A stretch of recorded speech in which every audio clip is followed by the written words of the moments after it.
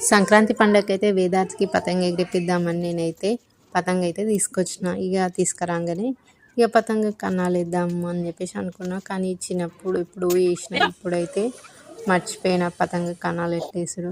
ఇక యూట్యూబ్లో ఒక వీడియో అయితే చూసి పతంగ కన్నాలు ఎట్లా వేయాలి అని చెప్పేసి మొత్తానికైతే చూసేసి కన్నాలు అయితే వేసేసిన. ఇక కన్నాలు వేసేసినాక మెల్లగా అట్లా బిల్డింగ్ పైకి పోదామని చెప్పేసి ఇక మేమిద్దరం బిల్డింగ్ పైకి పతంగిని చూసి మా వాడైతే ఫుల్ కృషి దారం పట్టుకొని పతంగిని గుంజుకొని పోయిండు టెర్రస్ మీద. అటు ఇటు ఆగని కూడా ఆగుతలే చెప్తాయి. ఇప్పుడైతే ఆడు 18 months కాబట్టి పతంగిని గుంజుకొని పోయిండు ఎగిరేనికి రాక. ఇక నెక్స్ట్ సంక్రాంతికి గాలి ఎగిరేస్తాడు మా వాడు, పీంచులు కొడతాడు. ఇక నెక్స్ట్ ఇక నేను కూడా ట్రై చేద్దాం పతంగి ఎగిరిద్దాం అని చెప్పేసి నేను కూడా ట్రై చేసిన.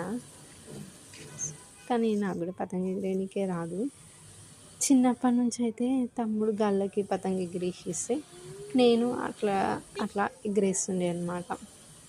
ఇంకా మొత్తానికి సంక్రాంతి పండగకి అయితే మేము పతంగి ఎగిరేయకుండానే అయిపోయిందనమాట. మా వేదిగాడు మీతోనే మాట్లాడుతున్నాడు.